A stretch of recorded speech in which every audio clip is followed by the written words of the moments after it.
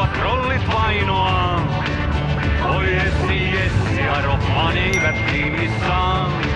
Muuten olet turhaan luonut Bondin tytön.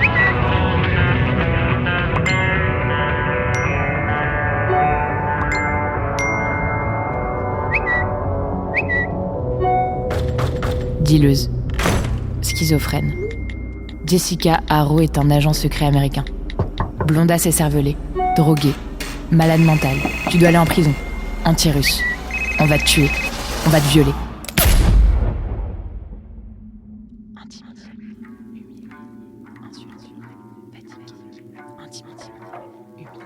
humilié, insulté, fatigué, intimidé, humilié, insulté, fatigué, intimidé, humilié, insulté, fatigué, intimidé, humilié, insulté, fatigué, intimidé, humilié, insulté. Connaissez-vous l'histoire de Jessica Harrow ?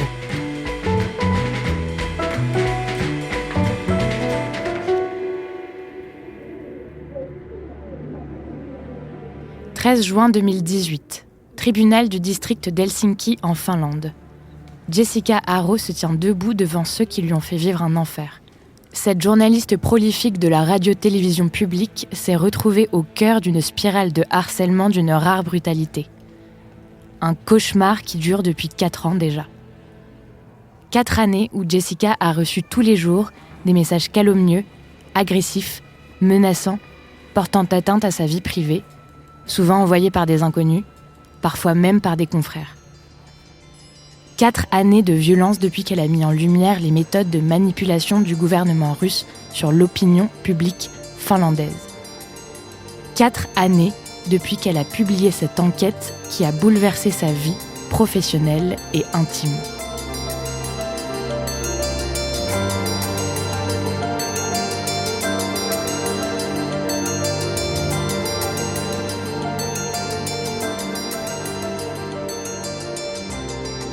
Ça fait longtemps que Jessica enquête sur les stratégies de propagande. Et en 2014, elle voit passer plusieurs annonces un peu louches. Intitulé du poste, opérateur internet. Salaire, à partir de 40 000 roubles. Expérience professionnelle non requise. Pensée originale, des idées claires. Capacité de parler et d'écrire sans faute en russe. Collecter des informations pour la rédaction de textes. Conditions, travailler dans une entreprise dynamique en développement. Personnel jeune et sympathique. Opportunités de carrière et d'évolution professionnelle. Bureau confortable. Ces annonces ont été publiées par l'IRA, une entreprise basée près de Saint-Pétersbourg. IRA pour Internet Research Agency. Jessica décide alors de se rendre dans l'une des plus grandes villes de Russie, au 55 rue Savushkine. Следующего по маршруту Хельсинки-Санкт-Петербург. Время в пути 3 часа 27 минут. Au 55 rue Savushkine, il y a un grand bâtiment, insipide, sans enseigne, assez moche, qui date de l'époque soviétique. Les fenêtres sont bâchées et il est impossible d'y pénétrer. Officiellement, c'est une agence de publicité. Bon, sans vouloir être complotiste, ça pue l'arnaque. Pour savoir ce qu'il se trame à l'intérieur, Jessica décide de rester dans les parages quelques jours. Le bâtiment est ouvert 24 heures sur 24. Il y a des roulements à heures précises, 9 heures du matin et 21 heures le soir. Au total, 300 à 400 personnes y travaillent, 5 jours sur 7, et font des journées de 12 heures d'affilée. Si les employés arrivent en retard, ils ont une amende. Interdiction de rire. Des hommes, des femmes qui tapotent frénétiquement sur leur clavier. Parmi eux, des rédacteurs, des ingénieurs, des spécialistes des requêtes Google ou des graphistes. Tous parlent parfaitement le russe et l'anglais et gagnent entre 40 000 et 65 000 roubles, soit 745 à 1 200 euros par mois. Pas mal pour un salaire russe. Un jour de février 2015, Jessica, accompagnée de ses traducteurs, tente de prendre des photos du bâtiment. Des gardes les repèrent et les menacent. S'ils continuent, ils auront affaire au Kremlin. Bon, exit l'agence de pub. Ses intuitions étaient bonnes. À l'intérieur, ce sont des centaines de personnes qui se livrent, l'air de rien, à une guerre nouvelle, celle de l'information. Et ces soldats, on les surnomme les trolls. Objectif : inonder Internet de commentaires pour célébrer Vladimir Poutine et sa politique, noyer tout discours dissident, humilier les opposants. Chaque troll se voit confier un thème sur lequel il produit 50 à 100 messages par jour. Il anime des profils, crée des mèmes ou des montages vidéo partout. Sur Facebook, Vcontact, Twitter, dans les commentaires des articles ou sur les forums. Les trolls ont pour ordre de mettre à terre tout ennemi qui n'irait pas dans leur sens. Le bon sens pour eux, c'est le Kremlin et Poutine. Et ils sont prêts à tout pour que l'image de Moscou reste positive. Ils se contrefoutent de la vérité. L'important, c'est que le venin parvienne à s'infiltrer.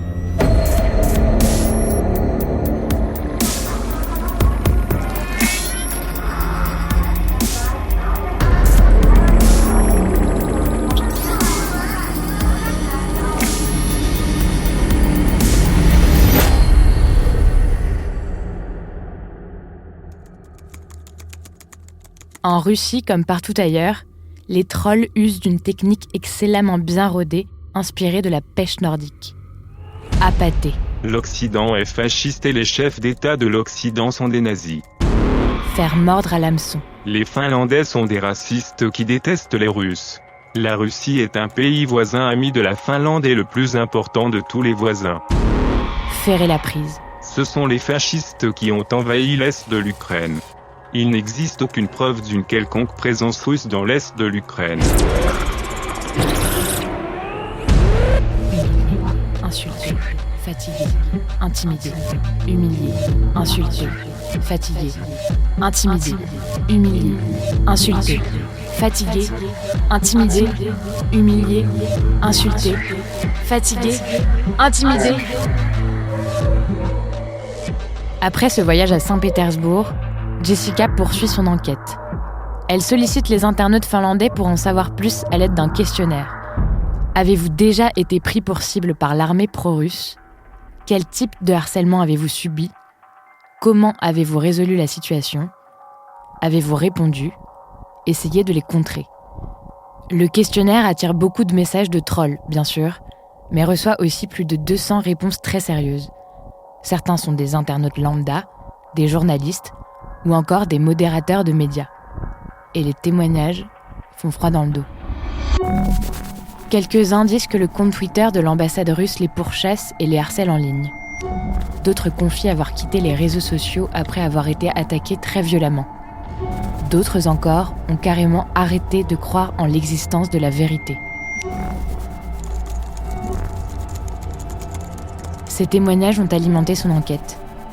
Au printemps 2015, elle publie un livre et une série d'articles sur l'usine à trolls de Saint-Pétersbourg et sur la manipulation en ligne de l'opinion finlandaise. Et immédiatement, elle devient la cible d'attaque. C'est là que tout s'emballe. Intimidé, humilié, insulté, fatigué, intimidé, humilié, insulté, fatigué. On diffuse son historique médical. On publie des photos d'elle truquées. On la présente comme une bimbo vendue aux États-Unis. On retrouve une vieille condamnation pour usage d'amphétamines afin de la faire passer pour une droguée et narcotrafiquante. Et on en fait une vidéo. On l'accuse d'être espionne de l'OTAN. Après des vacances en Thaïlande, on publie des photos d'elle en train de danser, accompagnées de commentaires injurieux. Et on fait des mèmes. Sur de nombreuses pages Facebook, on l'accuse d'être une prostituée médiatique. On la traque, on indique où elle se trouve aujourd'hui et où elle sera demain. On lui envoie des menaces de mort, on veut la violer, on raconte absolument n'importe quoi sur sa vie, on contacte ses employeurs. On souhaite qu'elle meure, empoisonnée à l'uranium. Un jour, on lui envoie un texto. L'auteur du message prétend être son père, pourtant mort il y a 20 ans, et qui lui dit « Je te surveille. » Une autre fois, c'est un appel téléphonique qui se clôt par une détonation.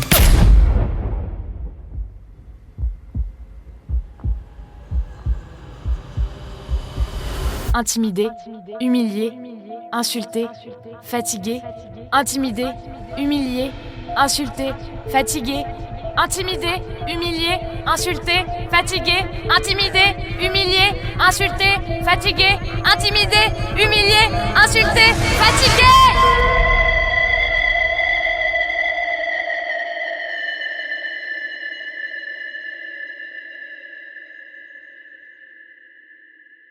Face à cette violence, elle décide de lutter.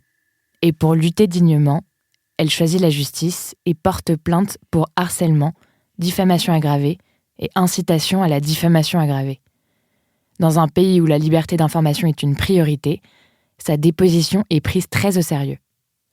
La police enquête pendant 2 ans et le 13 juin 2018 débute un procès historique. 3 personnes sont convoquées. Johan Bachmann, universitaire et fervent défenseur de Poutine, Ilya Janitskine, tout juste extradé d'Andorre, et une femme qui ne s'est jamais présentée et dont on ignore le nom. Ilya Janitskine et Johan Bachmann ont fondé MV-Lety. En Finlande, ce site est bien connu pour relayer la propagande du Kremlin et publier des articles anti-immigration, antisémites et eurosceptiques.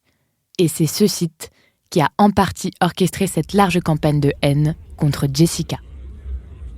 Jessica vient d'arriver au tribunal. Les 2 accusés sont présents. L'atmosphère est tendue, la chambre d'audience est vraiment toute petite. Il y a foule, dans la rue, dans les couloirs, tout le monde ne peut pas rentrer. La mère de Jessica Haro, les parents d'Ilya Janitskine et quelques journalistes ont réussi à avoir une place. La police est présente pour éviter tout heurt. Dehors, sur le parking du tribunal, des partisans des 2 inculpés manifestent. Le procès a duré 7 jours. Et en octobre 2018, la Cour a rendu son verdict. La Cour a déclaré que les actes commis par les 2 accusés étaient d'une gravité exceptionnelle. Elle a affirmé que leur but était bien de museler les paroles dissidentes et d'occulter le débat sur la manipulation russe dans l'opinion finlandaise. Ilya Janitskine a été condamné à 22 mois de prison et Johan Bachmann à 1 an de prison avec sursis pour diffamation aggravée et harcèlement. Ils ont aussi été condamnés à payer tous les 2 un total de 90 000 € de dommages et intérêts. Impossible de savoir ce qu'il advient de la 3e accusée. À l'issue du verdict, Jessica a estimé qu'ils avaient eu ce qu'ils méritaient. Elle est la première personne en Europe à avoir gagné un procès contre des cyberharceleurs. Depuis les enquêtes de Jessica, le président finlandais a reconnu publiquement qu'une guerre de l'information faisait rage dans le pays. Le gouvernement a engagé 100 personnes pour identifier et comprendre la dissémination de fausses informations. Et suite à ce procès, la police a créé une unité d'enquête contre les discours de haine en ligne. Le pays résiste si bien au pouvoir de nuisance de Moscou que la Finlande héberge aujourd'hui le Centre européen de lutte contre les campagnes de désinformation. Mais la Finlande, tout comme ses pays voisins qui ont un jour appartenu à l'Empire russe, reste une cible privilégiée. Au total, le gouvernement dit avoir documenté plus d'une 20aine de campagnes de désinformation russes ces dernières années. Même si Jessica Haro a gagné une bataille, la guerre qui se joue en ligne est loin d'être terminée. Les 2 accusés ont décidé de faire appel. L'usine de Saint-Pétersbourg sur laquelle Jessica a enquêté a déménagé et s'est agrandie. D'autres ont vu le jour en Russie et à l'étranger, comptant de plus en plus de trolls, aux méthodes de plus en plus sophistiquées. Cette guerre d'information que mène la Russie est sans doute la plus grande opération de trolling de l'histoire.